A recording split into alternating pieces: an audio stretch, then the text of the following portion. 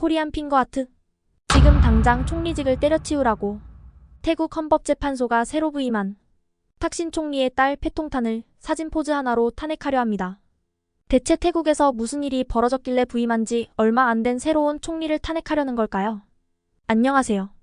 감동입니다. 오늘은 태국에서 손가락 하트를 하다가 탄핵 위기까지 맞이하게 된 태국의 여성 총리 패통탄의 사태에 대해 이야기하기 전에 구독과 좋아요, 알림 설정을 해주시면 바로 시작하겠습니다. 안녕하세요. 저는 태국에서 기자로 활동하는 라린이에요. 비록 시민 기자이지만 태국에서의 사회적인 문제를 취재하면서 공부하는 대학생이기도 하답니다.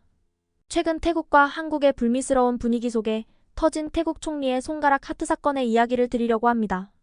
현재 태국의 총리는 탁신 전 총리의 딸인 패통탄인데요. 부동산 재벌가이자 총리의 딸인 패통탄이 총리직을 수행하게 된 지 얼마 안 되어 공무원 제복을 입고 왕실 행사를 하는 엄숙한 자리에서 한국인의 문화이자 이제는 세계적인 사진 포즈인 코리안 핑거하트를 했다고 총리의 품위유지헌법에 어긋나니 상원에서 헌법재판소에 제소하자 이것이 받아들여지는 분위기에서 태국 시민들의 의견이 굉장히 갈리고 있습니다. 한국에서 유행되기 시작했다는 코리안 핑거하트는 현재 전 세계적으로 쓰이고 있는 세계인의 긍정적인 사진 포즈 중 하나로 정착이 되었는데요.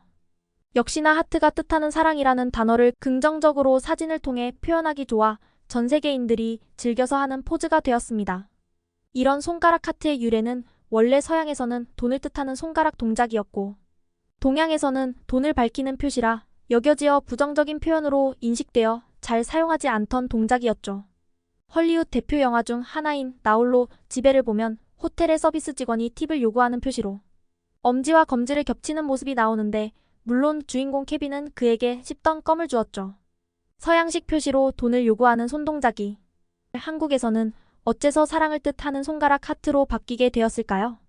일단 손가락 하트를 먼저 쓴 기원은 찾기 어려우나 그것을 유행시키기 시작한 사람은 한국의 유명 아이돌인 인피니트의 멤버 나무현입니다.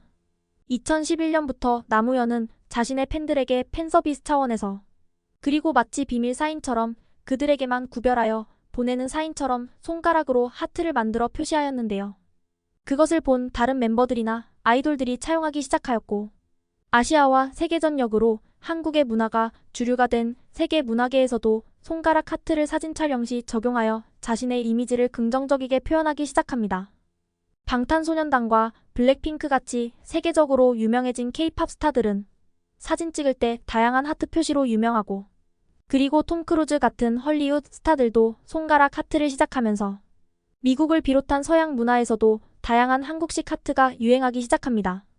개인적으로 이러한 유행의 이유는 거부감 없는 표현과 한류가 주류인 세계문화권에서 호감을 사는 짧은 인터뷰나 사진 찍는 찰나의 순간에 호감이 가장 잘 표현되기 때문이라고 생각합니다.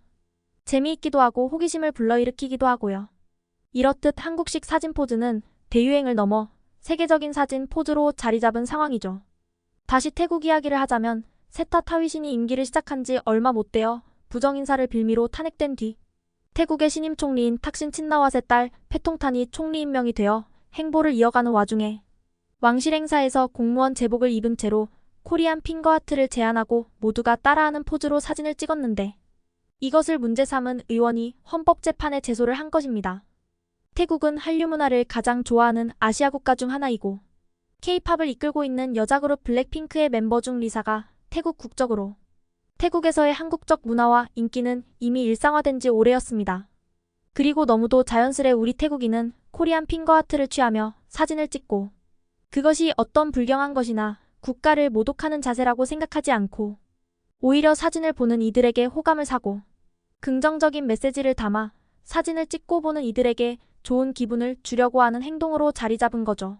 새로운 총리 패통탄은 더군다나 굉장히 젊은 최연소 총리이고 아버지였던 탁신 총리가 태국의 경제적인 성장을 굉장히 잘 이끌어낸 정책을 이어받아 경제력을 키울 것을 강조하며 태국의 이미지를 태국 패션을 통해서도 어필을 잘하는 세련된 정치가입니다.